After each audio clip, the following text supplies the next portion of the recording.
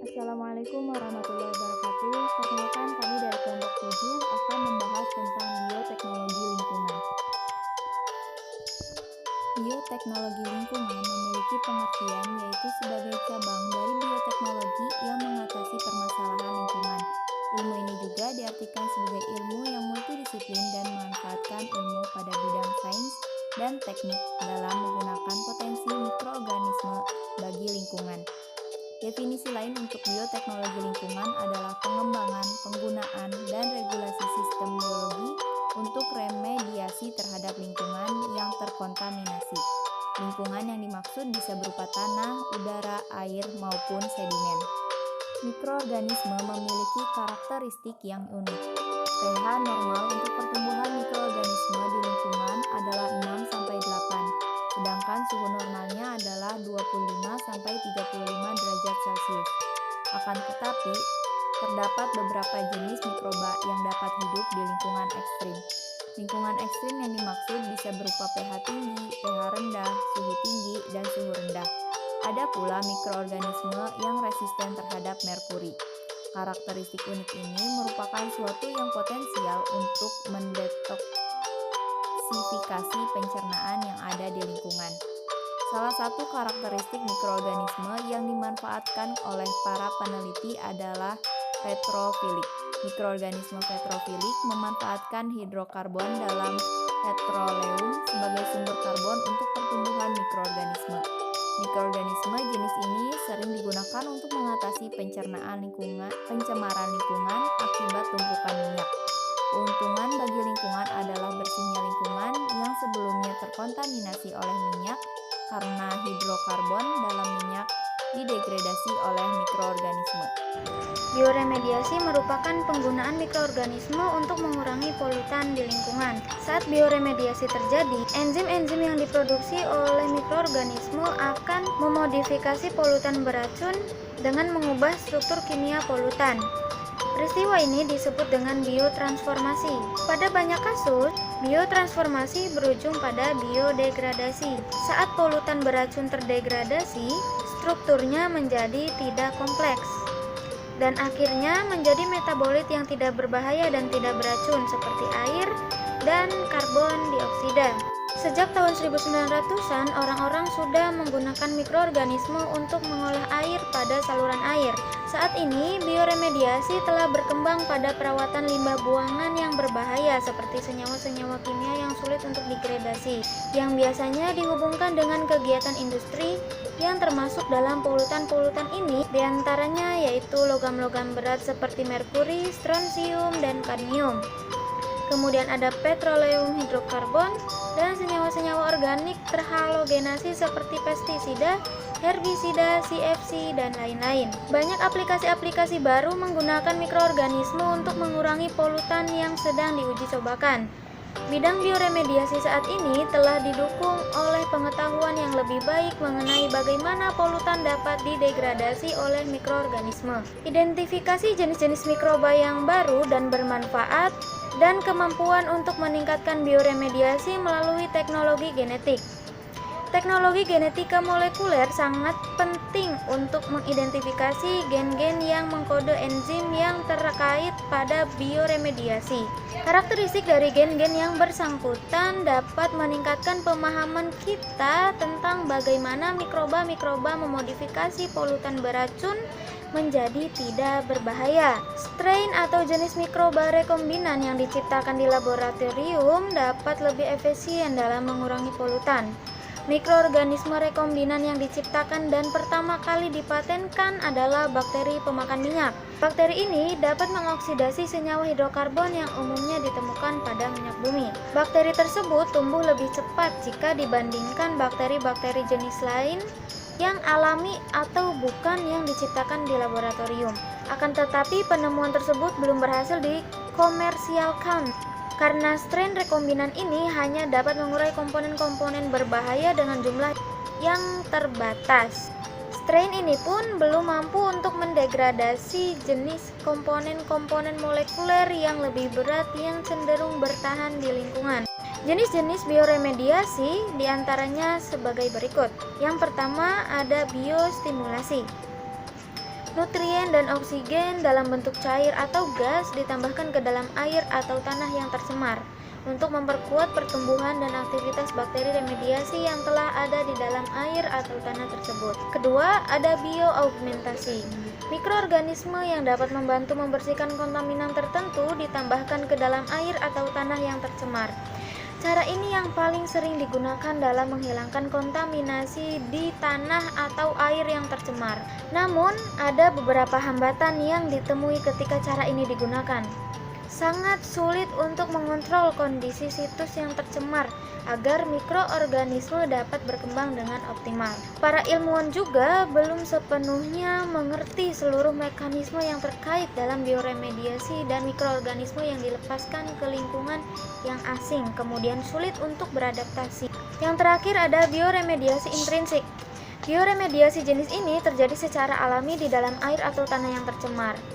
Pada masa yang akan datang, mikroorganisme rekombinan dapat menyediakan cara yang efektif untuk mengurangi senyawa-senyawa kimiawi yang berbahaya di lingkungan kita. Bagaimanapun, pendekatan-pendekatan itu membutuhkan penelitian yang hati-hati berkaitan dengan mikroorganisme rekombinan tersebut.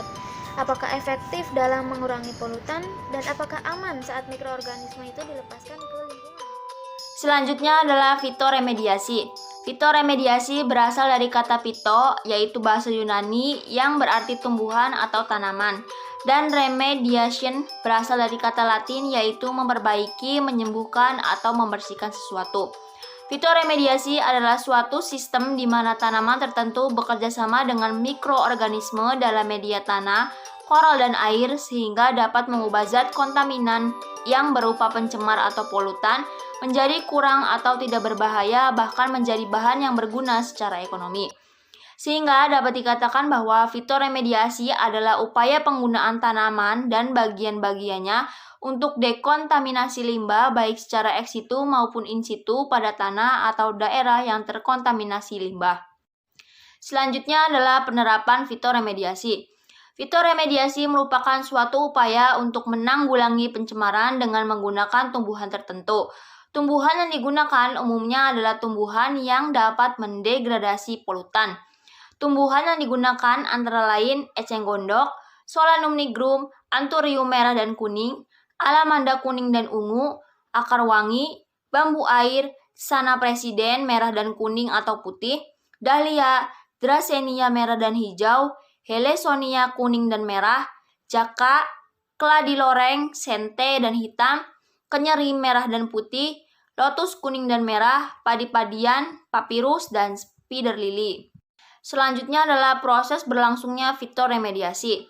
Yang pertama adalah phytoaccumulation, yaitu proses tumbuhan yang dapat menarik zat kontaminan dari media sehingga berakumulasi dengan akar tumbuhan. Yang kedua ada rhizofiltration, yaitu proses adsorpsi atau pengendapan zat kontaminan oleh akar untuk menempel pada akar. Yang ketiga, phytostabilization, yaitu penempelan zat-zat kontaminan tertentu pada akar yang tidak mungkin terserap ke dalam batang tumbuhan. Yang keempat, rhizodegradation, yaitu penguraian zat-zat kontaminan oleh aktivitas mikroba yang berada di sekitar akar tumbuhan. Yang kelima ada phytodegradation, yaitu proses yang dilakukan tumbuhan untuk menguraikan zat kontaminan yang mempunyai rantai molekul kompleks menjadi lebih sederhana. Yang terakhir ada phytovolatilization, yaitu proses menarik dan transpirasi zat kontaminan oleh tumbuhan dalam bentuk larutan yang terurai sebagai bahan yang tidak berbahaya untuk selanjutnya diuapkan ke atmosfer. Selanjutnya ada kelebihan dan kekurangan fitoremediasi. Kelebihannya yaitu mudah digunakan, selain itu teknik ini merupakan teknik alternatif yang murah jika dibandingkan dengan cara remediasi fisikokimia maupun bioremediasi yang menggunakan mikroorganisme berupa bakteri, kapang, dan jamur. Kekurangannya yaitu masalah kebocoran kontaminan yang sangat larut dalam air dan lamanya waktu yang diperlukan pada fitoremediasi tanah yang tercemar. Yang terakhir adalah aplikasi dari fitoremediasi. Yang pertama, dapat menghilangkan logam berat yang mencemari tanah dan air di New Zealand. Yang kedua, dapat membersihkan tanah dan air, terutama tanah yang mengandung bahan peledak seperti TNT, RDX, dan amunisi militer di Tennessee, USA. Ketiga, dapat mengelola limbah domestik dengan konsep fitoremediasi dengan metode wetland seperti di Bali.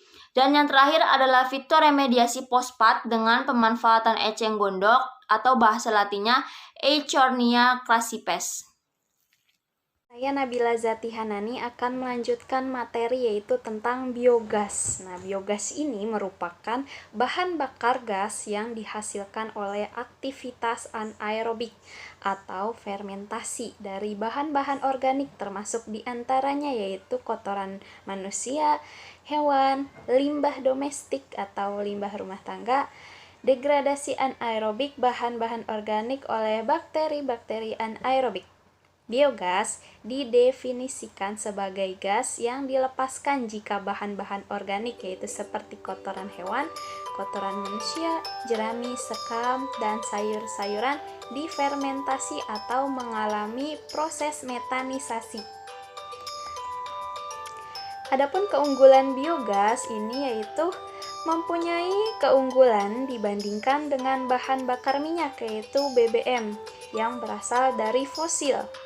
Sifatnya yang ramah lingkungan dan dapat diperbaharui merupakan keunggulan dari biogas. Bahan bakar fosil selama ini diisukan menjadi penyebab dari pemanasan global. Bahan bakar fosil yang pembakarannya tidak sempurna dapat menyebabkan gas CO naik ke permukaan bumi. Hal tersebut menyebabkan tingginya suhu di atas permukaan bumi seperti yang terjadi pada saat ini.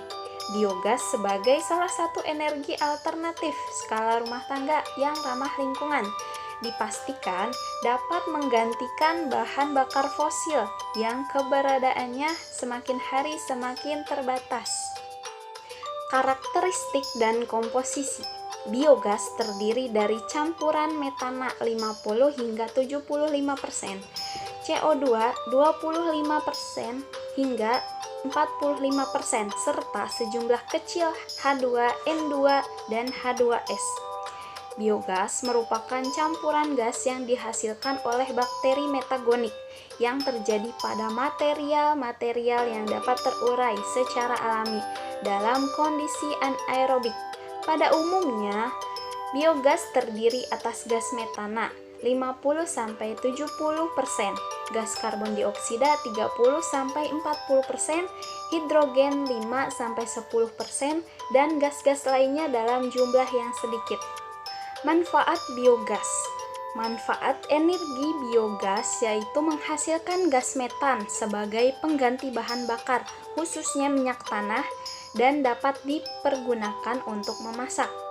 Manfaat energi biogas yang lebih penting lagi adalah mengurangi ketergantungan terhadap pemakaian bahan bakar minyak bumi yang tidak bisa diperbaharui. Limbah biogas yang berasal dari kotoran ternak yang telah hilang gasnya atau slurry merupakan pupuk organik yang sangat kaya akan unsur-unsur yang dibutuhkan oleh tanaman. Nilai kalorinya dalam 1 meter kubik biogas sekitar 6.000 watt per jam. Digestifikasi anaerobik ini merupakan proses pembusukan bahan organik oleh bakteri anaerobik pada kondisi tanpa udara yang menghasilkan biogas dan pupuk cair. Adapun sumber bahan baku biogas.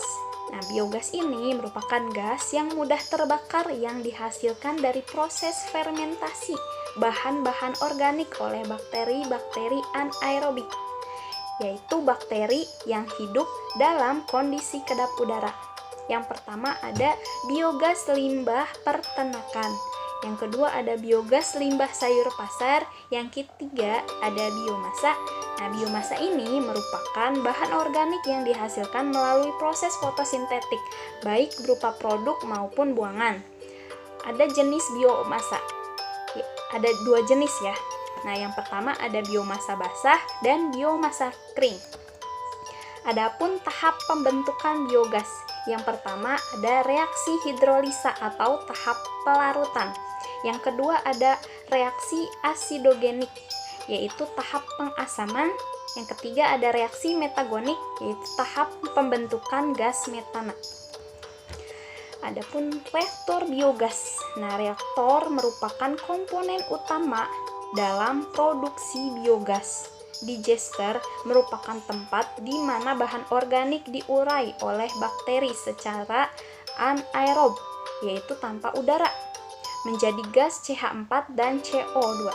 Nah, digester harus dirancang sedemikian rupa sehingga proses fermentasi anaerob dapat berjalan dengan baik.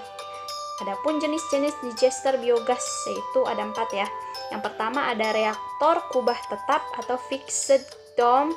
Yang kedua ada floating dome atau kubah apung. Yang ketiga ada reaktor balon. Yang keempat ada reaktor dari bahan fiberglass. Pula faktor yang mempengaruhi biogas yaitu ada 8 ya. Yang pertama ada laju pembebanan atau loading rate. Yang kedua ada kandungan asam lemak organik atau volatile fatty acid. Yang ketiga ada pH.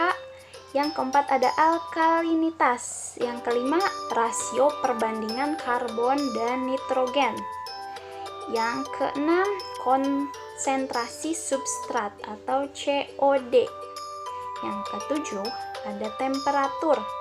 Kemudian ada senyawa racun dan penghambat. Oke, selanjutnya yaitu desalination plant. Desalination plant adalah suatu peralatan yang berfungsi mengolah air laut yang mempunyai conductivity di atas 50.000 mHz per cm menjadi air tawar atau freshwater yang mempunyai conductivity sekitar 10 mHz per cm. Berdasarkan prinsip kerja desalination plant, maka desalination plant dibagi 3 metode proses pengolahan air, yaitu sebagai berikut. Yang pertama proses freezing atau pembekuan, kemudian yang kedua yaitu proses filtrasi atau reverse osmosis, kemudian yang ketiga yaitu proses vaporizing atau penguapan. Nah, proses freezing pembekuan merupakan proses pengolahan air laut dengan cara mendinginkan air laut sampai temperatur tertentu sehingga airnya akan membeku membentuk es, sedangkan garam-garamnya belum membeku karena titik bekunya lebih rendah. Kemudian yang kedua yaitu proses filtrasi atau reverse osmosis.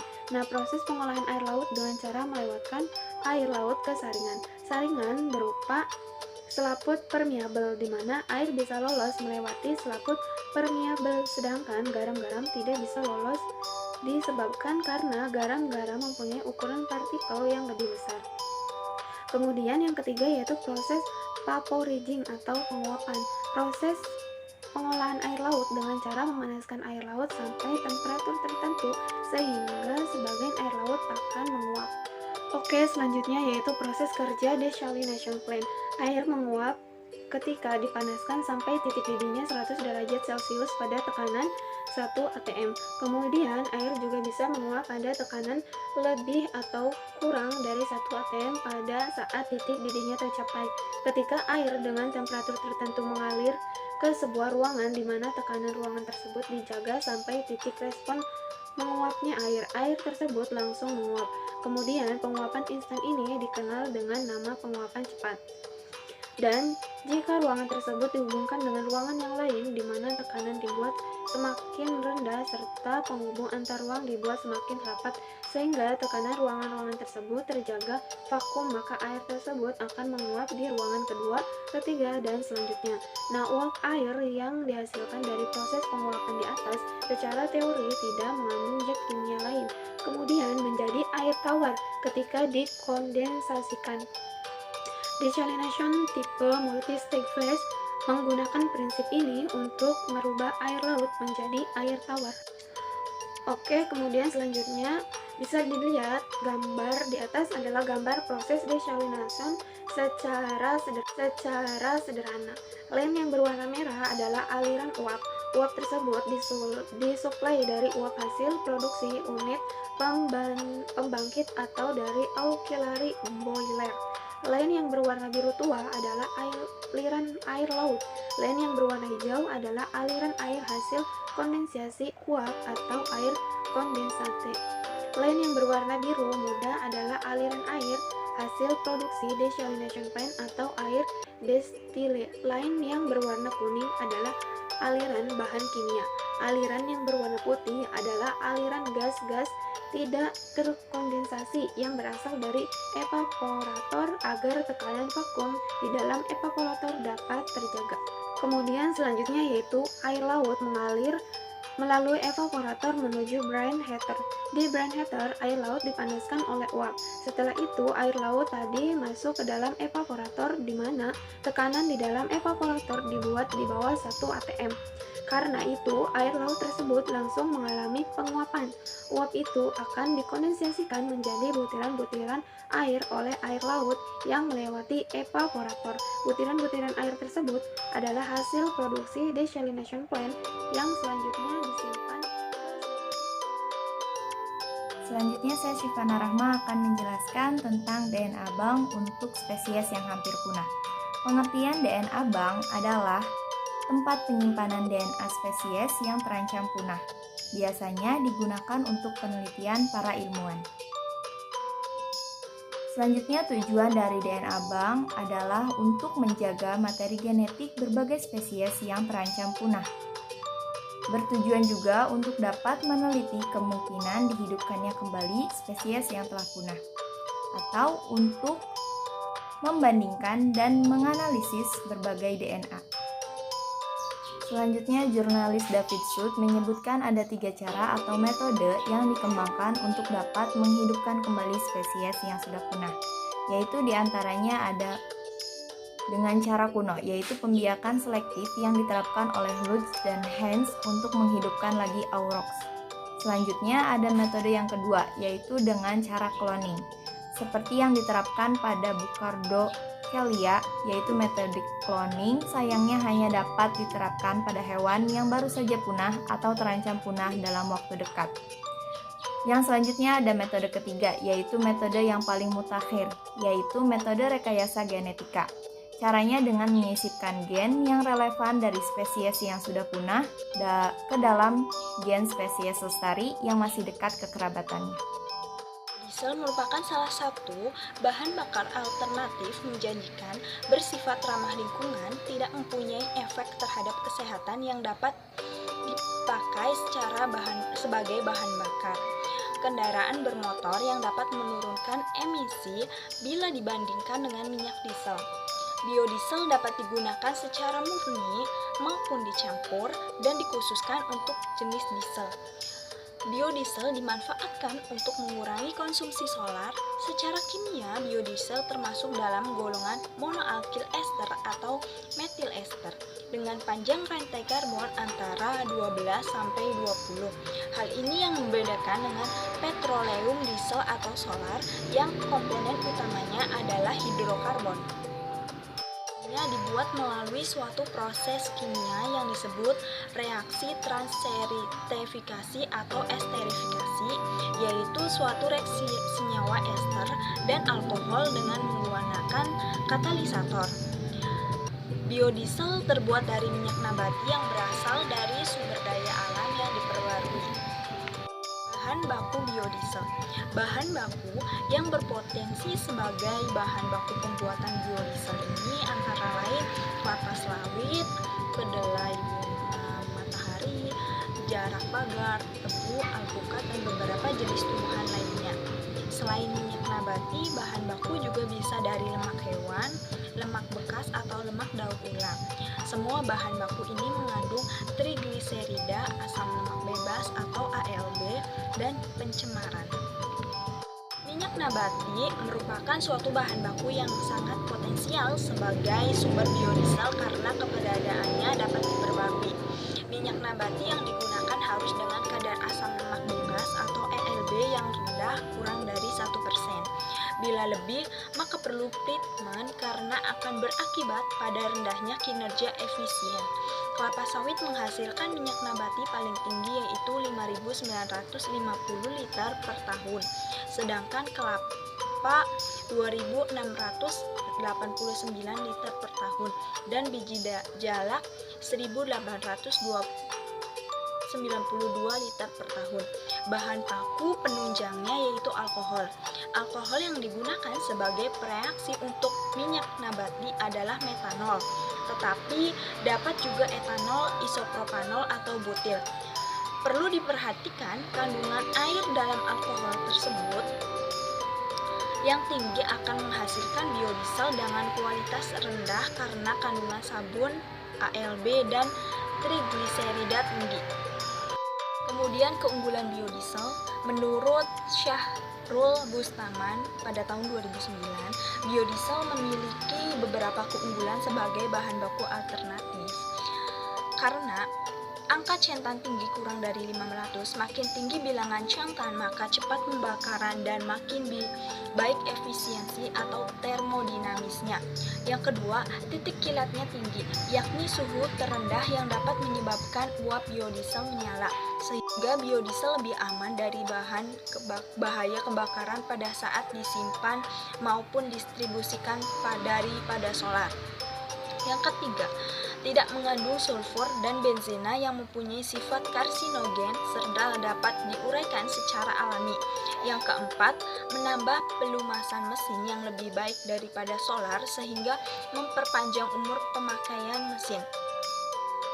Yang kelima, mudah dicampur dengan solar biasa dalam berbagai komposisi dan tidak memerlukan modifikasi mesin apapun. Yang keenam, mengurangi secara signifikan asap hitam dan gas buang mesin diesel. Unggulan biodiesel selanjutnya menurut Nasution 2007 menyatakan biodiesel memiliki beberapa kelebihan dibandingkan bahan bakar petroleum. Di antaranya dapat diproduksi secara lokal dengan memanfaatkan sumber minyak atau lemak alami yang tersedia. Proses produksi dan penggunaannya bersifat lebih ramah lingkungan dengan tingkat emisi karbon dioksida dan sulfur dan senyawa hasil pembakaran lainnya rendah dan lebih mudah terurai di alam. Penggunaan biodiesel juga dapat mereduksi polusi tanah serta melindungi kelestarian perairan dan sumber air minum. Penggunaan biodiesel yang lain adalah tidak perlu modifikasi mesin. Hal ini dikarenakan biodiesel mempunyai efek pembersihan terhadap tangkai bahan bakar, injektor, dan selang. Tidak menambah efek rumah kaca karena karbon yang dihasilkan masih dalam siklus karbon. Selanjutnya, kekurangan dari biodiesel menurut Syahrul Bustaman 2009. Selain kelebihan tersebut, biodiesel juga memiliki kelemahan. Minyak nabati mempunyai viskositas atau kekentalan 20 kali lebih tinggi dari bahan bakar diesel fosil sehingga mempengaruhi atomisasi bahan bakar dalam ruang bakar motor diesel. Atomisasi yang kurang baik akan menurunkan daya atau tenaga mesin dan pembakaran mesin menjadi tidak sempurna. Karena itu, viskositas minyak nabati perlu diturunkan melalui proses transenterifikasi metil ester nabati atau VEM. Proses ini menghasilkan bahan bakar yang sesuai dengan sifat dan kinerja diesel fosil. Selain itu, metanol yang digunakan juga masih menggunakan metanol impor. Pun beberapa faktor pendukung pengembangan biodiesel di Indonesia. Yang pertama, bahan baku minyak nabati cukup banyak tersedia. Kemudian yang kedua, teknologi pembuatan biodiesel relatif mudah tersedia. Yang ketiga, adanya peluang pasar yang keuntungannya yang menjanjikan. Dengan adanya faktor pendukung tersebut dan ditambah dengan kebutuhan menemukan energi alternatif, maka prospek untuk pengembangan biodiesel sebagai bioenergi alternatif di Indonesia sangat prospektif.